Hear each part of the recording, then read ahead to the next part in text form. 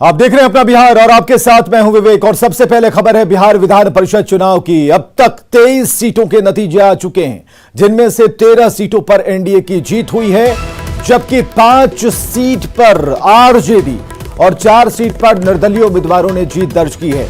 NDA में BJP को सबसे ज्यादा 7 सीटों पर जीत मिली है, जबकि जेडीयू को 5 सीटों पर ही जीत मिल पाई। पशुपति कुमार पारस की आरएलजेपी को 1 सीट मिली है। विपक्ष की अगर बात कर ले तो आरजेडी को 5 सीट पर जीत मिली है, जबकि कांग्रेस को बेगूसराय की सीट पर जीत मिली।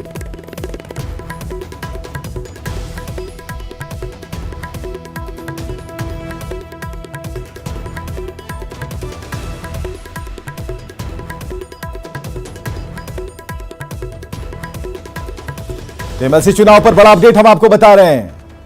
ये बड़ा अपडेट ये कह रहा है कि 23 सीटों के परिणाम सामने आ गए हैं। अब एनडीए की बात की जाए तो 13 सीटों पर एनडीए ने जीत दर्ज की है। अब एनडीए में 7 सीटों पर बीजेपी ने जीत दर्ज की, वहीं जेडीयू के खाते 5 सीटों पर जीत सामने आई है। इसके अलावा 1 सीट पर आरएलजेपी की जीत हुई है। 23 सीटों के परिणाम सामने आए और इसमें अगर आरजेडी की हम बात करते हैं तो आरजेडी को नंबर मिले। जीत का जो आंकड़ा आरजेडी के साथ है वो 5 सीटों का है।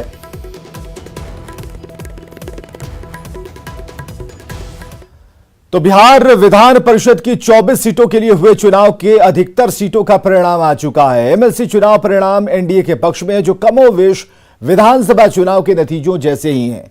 एमएलसी चुनाव में भी बीजेपी 1 नंबर पर है, 2 नंबर पर आरजेडी है और जेडीयू विधानसभा की तरह नंबर 3 पर।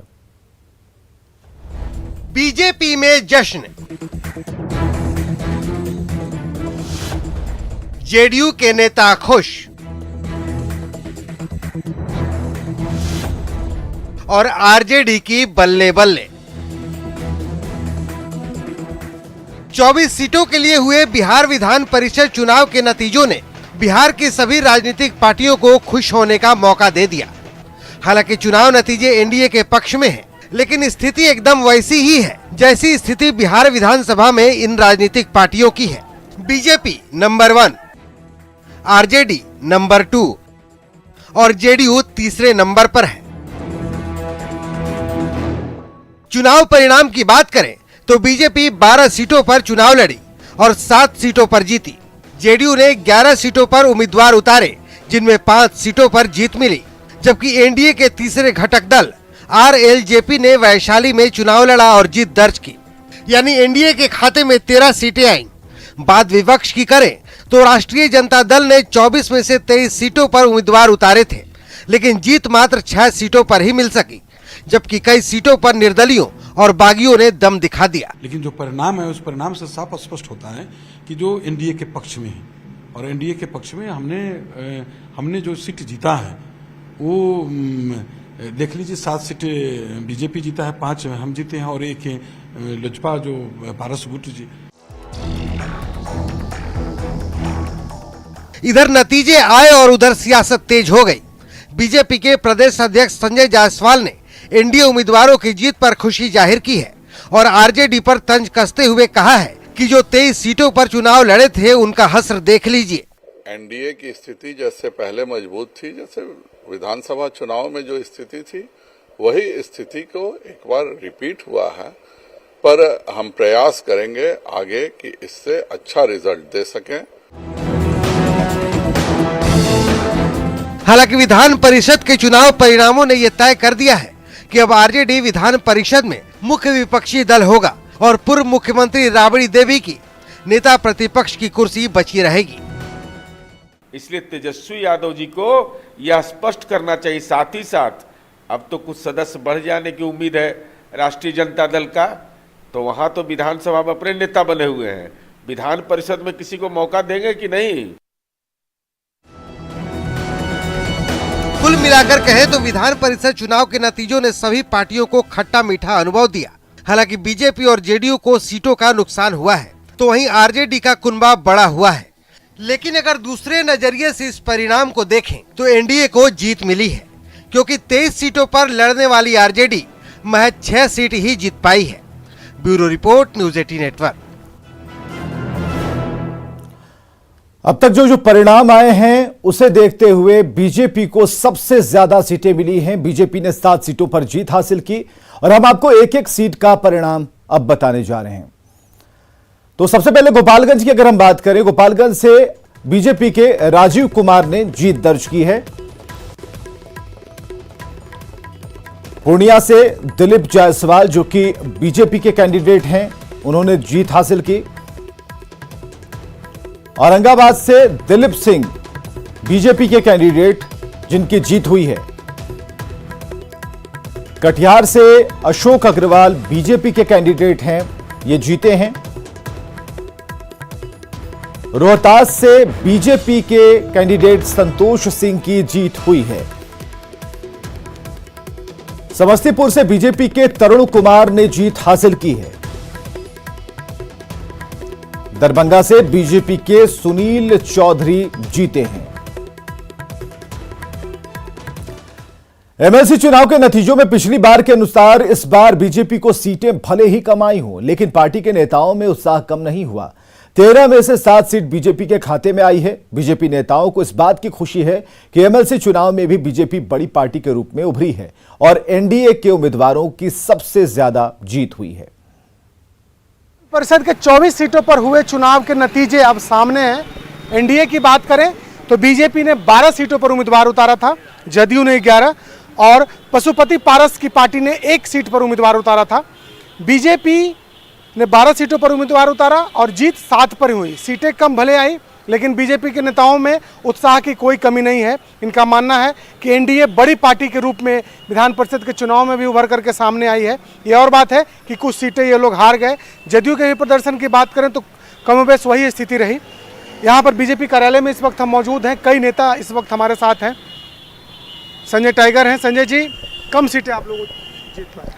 देखिए, देखने का दृष्टि बदलना होगा।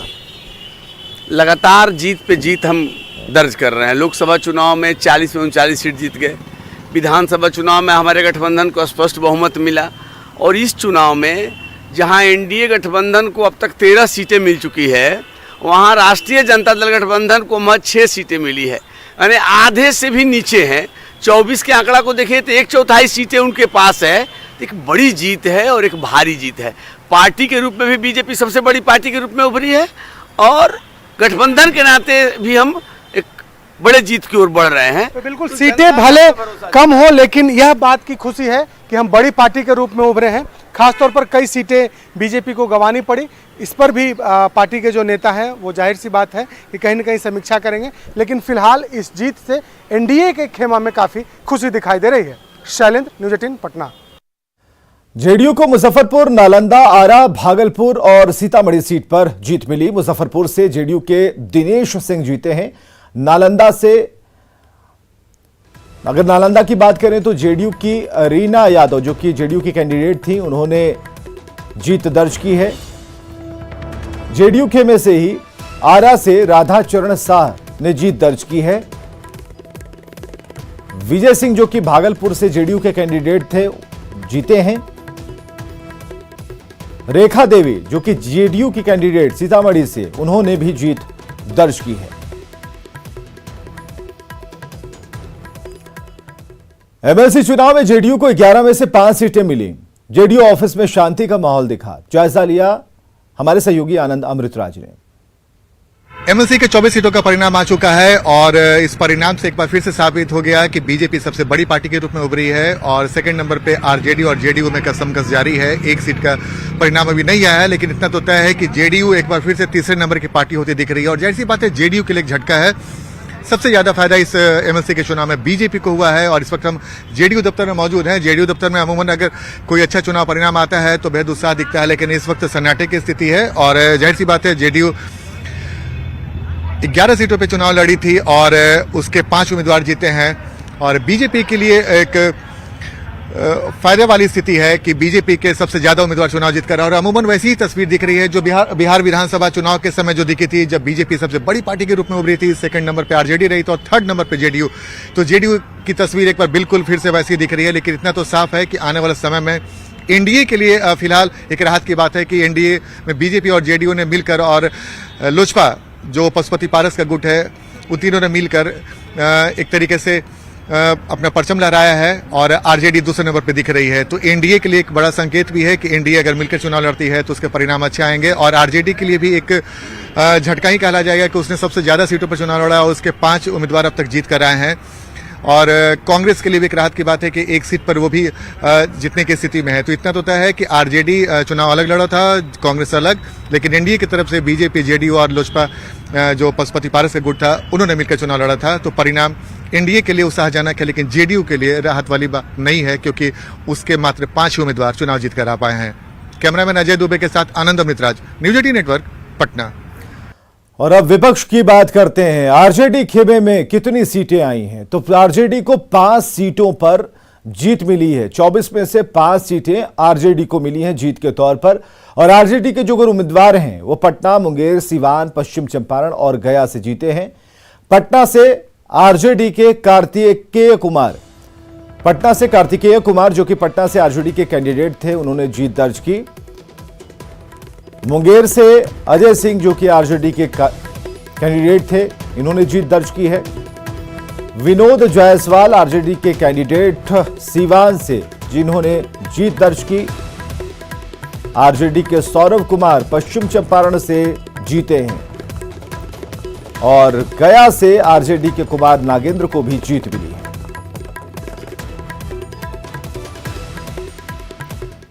विधान परिषद चुनाव में आरजेडी को बड़ी जीत मिली। सबसे बड़ी बात यह कि जीत से विधान परिषद में आरजेडी को नेता विपक्ष की कुर्सी बचाने में आरजेडी कामयाब रहा।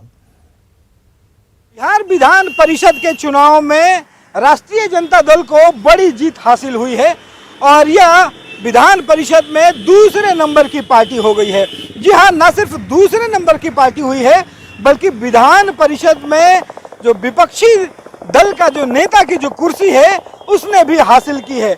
विधान परिषद में 75 सीटें हैं और उसे विपक्ष का नेता के लिए कम से कम 8 सीटें की जरूरत होती है। अभी तक यहाँ पे विधान परिषद में सिर्फ 5 सीटें थी, अब वो बढ़ करके 10 से ज़्यादा हो गई है, जिसके कारण वहाँ पे विपक्षी दल का जो नेता होगा वो आरजेडी का होगा, जो अभी तक राबड़ी देवी होती आई हैं।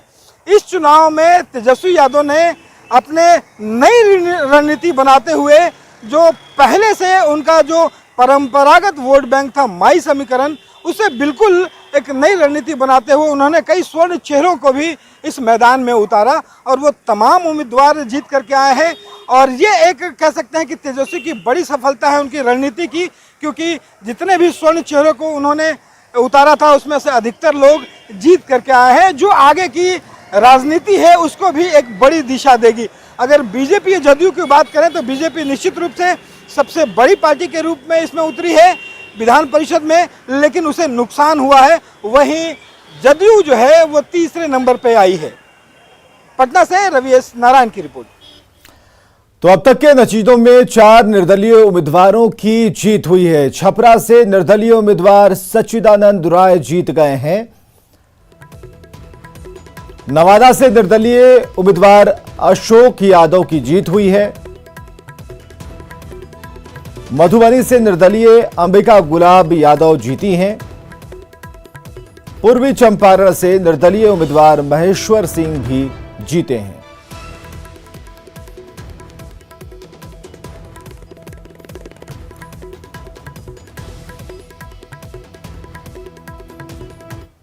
बिहार विधान परिषद चुनाव के अब तक के आए परिणामों की अगर बात करें तो बीजेपी 12 सीटों पर चुनाव लड़ी और 7 पर जीती। जेडीयू ने 11 सीटों पर उम्मीदवार उतारे, जिनमें 5 सीटों पर जीत मिली, जबकि एनडीए के तीसरे घटक दल आरएलजेपी ने वैशाली से चुनाव लड़ा और जीत दर्ज कर ली। यानी कि एनडीए के खाते में 13 सीटें आई। और बात अगर विपक्ष की करें तो राष्ट्रीय जनता दल ने 24 में से 23 सीटों पर उम्मीदवार उतारे, लेकिन जीत मात्र 6 सीटों पर मिली, जबकि 5 सीटों पर निर्दलियों ने और बागियों ने दम दिखाया था।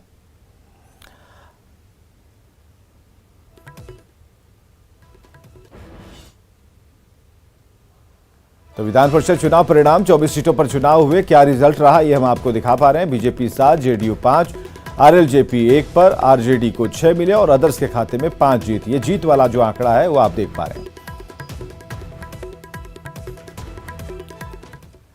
कहावत है, राजनीति में मुद्दे कभी मरा नहीं करते, समय पड़ने पर कब जिंदा हो जाएं इसका पता नहीं चलता। बुधवार को इसी क्रम में राज्यसभा में न केवल 2002 में हुए गोधरा कांड का जिक्र आया, बल्कि गृह मंत्री अमित शाह ने पूर्व रेल मंत्री लालू प्रसाद पर गोधरा ट्रेन कांड को दुर्घटना बताने की कोशिश करने का भी आरोप लगाया।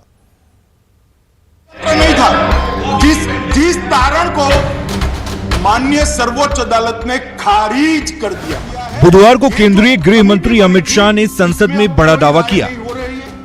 बिना नाम लिए गृह मंत्री ने आरोप लगाया कि 2002 में तत्कालीन रेल मंत्री लालू प्रसाद यादव ने गोधरा कांड में जांच कमेटी बनाकर हादसे को दुर्घटना बताने की कोशिश की थी। उन्होंने कहा 60 लोगों को जिस जघन्य कांड के अंदर जिंदा जला दिया, उसको अलग स्वरूप देने का प्रयास उस वक्त के तत्कालीन रेलवे मंत्री ने एक सुप्रीम कोर्ट के चयनित किए हुए जज का जांच आयोग चल रहा है, फिर भी रेलवे एक्ट का उपयोग कर एक कमेटी रेलवे एक्ट के तहत बनाई और ऐसा तारण वो कमेटी ने दिया कि वो एक्सीडेंट था, वो षड्यंत्र नहीं था। जिस तारण को माननीय सर्वोच्च अदालत ने खारिज कर दिया, इसलिए उन्होंने कहा है कि उसको अलग स्वरूप देने का प्रयास किया है। ये जो कमेटी बनी थी इसमें अब कोई राय नहीं हो रही है, सर्वोच्च अदालत का जजमेंट है। वो 60 लोगों को मारने वालों को बचाने का एक प्रयास था, वो श्री ब्रजलाल जी कहना चाहते हैं। दरअसल बीजेपी सांसद ब्रिजलाल ने क्रिमिनल प्रोसीजर बिल पर चर्चा के दौरान गोधरा कांड का जिक्र किया और उन्होंने तत्कालीन रेल मंत्री लालू यादव द्वारा इस मामले की जांच के लिए बनाए गए यूसी बनर्जी कमीशन पर सवाल किया। उसके बाद एक रेल मंत्री हुए 2004 में जारी है, प्लीज आरएलडी के थे, उन्होंने यूसी बनर्जी आयोग बनाया। You cannot force chair to give. Let him speak. I will give him opportunity. Let him finish his speech. 2015 को 17 जनवरी 2000 बोल लेने के बाद मैं कह रहा हूँ क्या रिपोर्ट दूंगा, अभी वो बोल रहे प्लीज। और वो रिपोर्ट क्या था कि साहब ये आग तो एक्सीडेंटल है, आग ये लगाई नहीं गई है। इसमें साधु लोग थे, चिलम पी रहे थे, उसको अहमदाबाद हाई कोर्ट ने रोक दिया, पार्लियामेंट में पेश नहीं हो पाया और वो अल्टीमेटली उस केस में गोधरा में फांसी की सजा। बीजेपी सांसद के इस बयान के बाद सदन में हंगामा हुआ। आरजेडी सांसद मनोज झा ने कहा कि चाहे वो कश्मीर की घटना हो या गोधरा की या फिर दिल्ली की, हम सभी सामूहिक रूप से इसके लिए जिम्मेदार हैं। Look at the vitiation towards the end of the debate.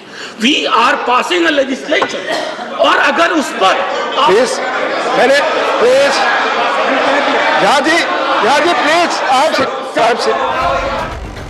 दरअसल 27 फरवरी 2002 को साबरमती ट्रेन के एक बोगी में आग लगा दी गई थी। इस हादसे में 59 लोग मारे गए थे। Bureau report, news 18 network. Chaiti Chhath के तीसरे दिन डूबते सूर्य को दिया गया अर्घ। पटना के गंगा घाटों पर एक अलौकिक छटा देखने को मिली। श्रद्धालुओं की भीड़ थी। वहीं गोपालगंज, जमुई, मुंगेर, जहानाबाद और बाढ़ में छठ घाटों पर श्रद्धालु डूबते सूर्य को अर्घ देते दिखे। कल उदयमान सूर्य को अर्घ के साथ ये 4 दिन का महानुष्ठान महापर्व समाप्त होगा।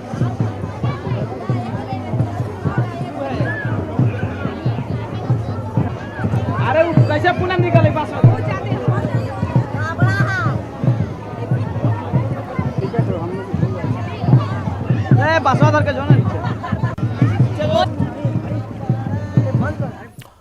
कोरोना काल के बाद पहली बार बिहार के सियासी हलके में इफ्तार का आयोजन किया गया और राज्य के अल्पसंख्यक कल्याण मंत्री जमा खान ने अपने सरकारी आवास पर इफ्तार पार्टी का आयोजन किया, जिसमें मुख्यमंत्री नीतीश कुमार भी शामिल हुए।